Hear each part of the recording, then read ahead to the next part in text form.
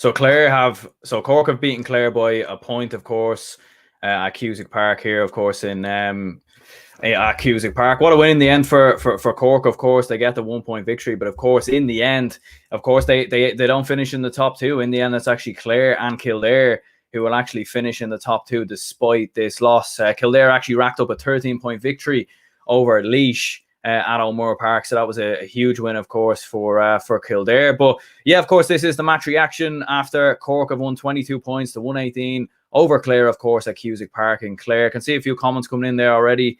Patrick Sharkey says, am I the only person waiting? And then Dylan Duffy says hello there as well. So good to see us are all keeping well. But yeah, look, listen, it was an interesting game nonetheless. Like, certainly Clare in the early stages for me, like, dominated. Certainly after Cork kicked a couple of points, like I think they were 5-1 up early on with the likes of John O'Rourke and obviously Cathal O'Mahony, who came off the bench, was very, very impressive indeed. He actually kicked 4 points, I believe, in this game. Or 5 points, actually, as a matter of fact. He was really, really impressive indeed. And I thought with Clare, like, it was an interesting way of playing. Obviously, they had a lot of men behind the ball.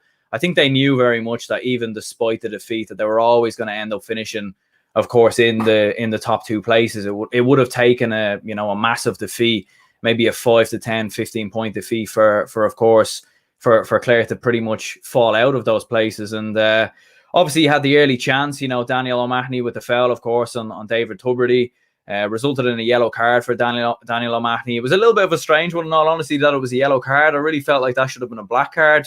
I don't know if the referee forgot to bring his black cards, but there was a lot of black card challenges throughout this game. And for whatever reason, the referee just maybe he doesn't believe in the rule, and he's like, I'm just not going to give any black cards. I don't know, but for me, that's a goal scoring opportunity, and it certainly looked like a black card without doubt. And yeah, Clare were just working it inside. They were working for the chances. They were certainly sitting back and trying to break with pace, hitting long balls into the likes of David Tubridy, who I thought had a very, very good game indeed, of course, for Clare. He hit 1-8 on the day, probably man of the match in my opinion. Certainly in the first half was causing a lot of problems for that Cork team, and certainly Cork were a little bit lax defensively at times. Certainly Clare were pressing quite high up on Cork and causing a couple of turnovers. But I think for Cork, you do have to give them a lot of credit, to rack up a scoreline of 22 points. They were very patient on the ball. They were very efficient. They waited for the right moments. The likes of John O'Rourke, the likes of Luke Connolly. And, when you have Luke Connolly in that team, like Cork are they're a different team altogether, in my opinion, because, look, it's not just his points that Luke Connolly brings. It's his frees. It's his overall contribution. He contributes quite a lot to the play. And yeah, the likes of Paul Walsh in there, Ian Maguire as well. Really, really well taken points in the end. And just looking through some of the scores on the day for Cork. So Luke Connolly with 4 points, John O'Rourke with 4, Sean White hit a point. There was Ian Maguire, Paul Walsh, Kevin O'Driscoll all getting on the score sheet. And Ty Corkery at wing-back as well was very impressive. And Cork were just very patient. I don't think they had many wides in this game as well. They were always very much in control of the game, I felt, even in the second half as well. And Brian Hurley with 2 points as well, of course, before his late red card. And yeah, Cathal O'Connor potentially, he had a bit of a punch, obviously, on Cian Kiley. Don't think it was intentional. It was more of just a coming together. But that was another situation where probably a black card, if it's a black card challenge, but the referee obviously opted otherwise. And yeah, the late point in the end by John O'Rourke, putting it over the bar, very much sealing the victory, of course, for Cork. Yeah, it's definitely an interesting one, the way it's ended up finishing. Cork, despite winning 2 games, are actually going to end up playing in a relegation playoff, I believe, against Westmeath, because I believe Down have beaten Westmeath in that game.